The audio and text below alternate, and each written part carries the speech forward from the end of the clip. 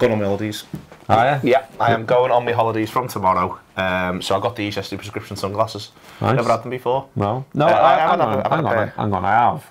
But what I've done is you get a pair of bins, and then they say, do you want a pair of prescription sunglasses? And so you pick some Boss ones, and they lash in the prescription. Yeah. That's all this is. Yeah. So going on my holidays from tomorrow in Malta. If you're in Malta, hi. If you see me, big red presence there. Is there a strong red presence in Malta? Well, so I'll be on the mooch around Malta, but mostly sitting by pools reading books, not talking. Is the aim. I feel like I talk a lot. You do talk a lot, mate. But you know what, right? There's a fella in Malta who has got his own Shankly Gates. Really? Yeah. Did the story on him, or on them, on the Malta LFC group. I had, if you're watching, in my old mag, well read, back in the day. And Paul, I always struggle with surnames, and struggle with names, don't I? Gresh? I know Paul, yeah, Paul Gresh. He's Maltese. Is he? Yeah. Oh, he's a very good writer. Yeah.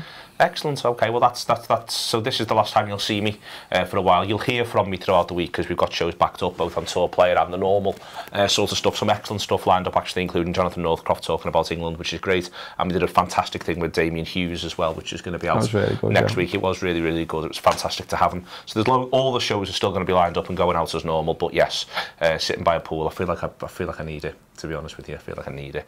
But we'll see. We'll see how I come back. Having not spoken to anybody for a week. Communicate only through mime. Jordon Ibe, 15 million quid. Mad. Don't know where that come from. Out of nowhere, wasn't it? We talk about wanting business to be out of nowhere. It's out of nowhere. Out of nowhere. Boom. 15 million quid, Jordon Ibe. What do you think? I think it's good money, isn't it? It's good money. I think it's the right move for him. He needs to go somewhere where someone will pick him every week. He needs to play every week at the highest level that's possible, and at the moment that's Bournemouth. So fair play to him, really. I think it could be really, really good for him. It's good for us. Obviously, it's 15 million quid, and if he becomes the sort of footballer he could become good for Bournemouth. But the more I watch him, and having gone back to the Derby stuff, I do think that there's some footballers who need to be the go-to man. The best player, the fella who feels as though he's the guy who demands the ball, is the best player on the pitch. And I think that he could well, at this stage of his career, be better suited being Bournemouth's best player than a squad option for Liverpool, or something even worse than that. I think joining the dots that he got into a mindset that he'd been somehow mistreated by Liverpool somewhere along the way. He looked a bit. I mean, whether it's just me reading into things, it may well be, but I just got the impression the way he deleted everything off of social media and all stuff like that, which seemed a bit of a stroppy thing. Yeah.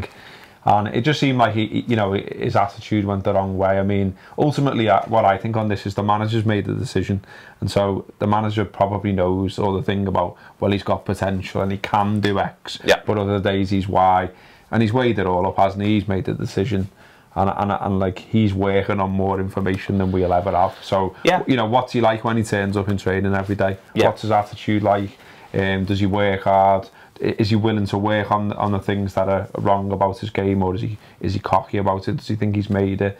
I don't know the answers to any of them things. No, Klopp does. Klopp does, but I think in general as well, that what we've seen on the pitch, if you can get 50 million quid for a lad who's not scoring goals for Liverpool, he's on. I think it's 4 in 58. 4 in 58. There you go, great stat. And that's for where we'd want him to play. That's not quite good enough. So it could be that if he gets a run of games at Bournemouth, we could be talking about him as the sort of lad who gets somewhere between 5 and 10 in a season, and that's fine. But I don't see where his game comes from for Liverpool now. Where it's difficult to explain quite where you think Adam Lallana and James Milner's game is going to come from, then finding out where Jordon Ibe's game is going to come from is significantly harder again. Yeah, I was just looking up a quote then, because I've seen a quite bizarre comment from, not going to throw you under the bus, but you work in the mainstream media, and he goes, Klopp doesn't play wingers, and I thought, where's that come from?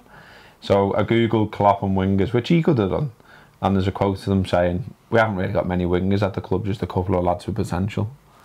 And I didn't take that to mean I don't want to play wingers. I think it meant I haven't got them. Yeah. And then Mane, doesn't he play on the wing? Mane, yeah. Quite a lot. One of the things that he does, and he had that conversation in the context of Markovic coming back.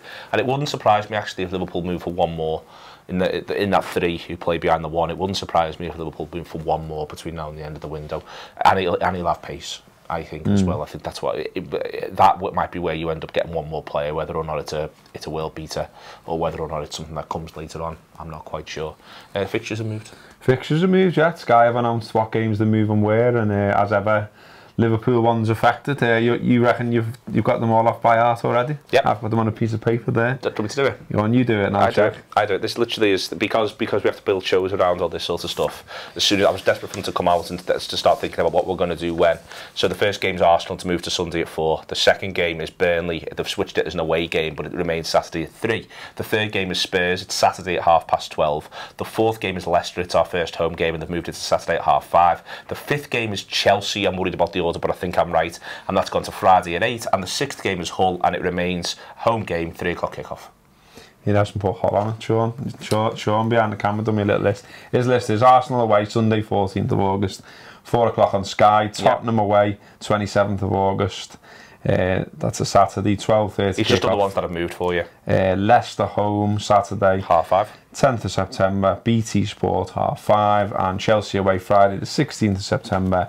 Sky, 8 bells kick off. There we are. That's a mad one, isn't it? Friday. Yeah, well, I'm fine. Chelsea. I'm fine with it in theory, but I thought the theory of that slot was it would go to decide to play in the Champions League. And last time I checked, unless someone's keeping something from me, neither us nor Chelsea play in the Champions League. So that's the strange one for me. But you know, I'm theoretically in favour of Friday night football. I just quite like that to be at home. that's when I'm the most in favour of Friday night football. The Leicester 5:30 on a Saturday feels like it could have a bit of oomph behind it as far as I'm concerned. I'm very much looking forward to that one now. Yeah. Okay.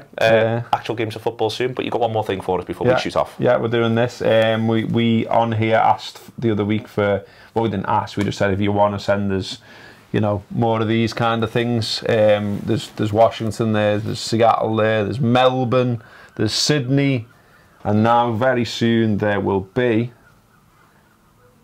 Get on this. Is that the right way, Sean? That is. Atlanta. And thanks for that go to Stuart Brennan and Michael Crump from LFC Atlanta, who sent us the scarf on a little note. So read the note out. Read the note out. They say, first and foremost, thank you for the amazing content that is delivered by everyone there.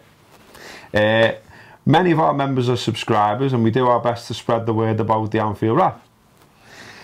Second, thanks for the opportunity for LFC Atlanta to send the scarf to your officers. Best wishes to all. And that's it. Nice, isn't it? Lovely note. Love that. So look at my face. That'll go up somewhere. Look at his face. That'll go up somewhere soon. Shows today. We've got a Euro show that I'm about to shoot off and go and do, and there is going to be a AFQ this evening, just so I can have a nice time before I go away. So I'll be asking for questions for that. It's about 4:30. Gareth will be on it. All that sort of stuff. Also, if you get the chance on Twitter, we're asking for votes for wild cards, and just get stuck into that as well. That'll be coming out next week at some point. Have a lovely couple of weeks and a lovely time on Thursday. Gareth and somebody will be talking to you tomorrow.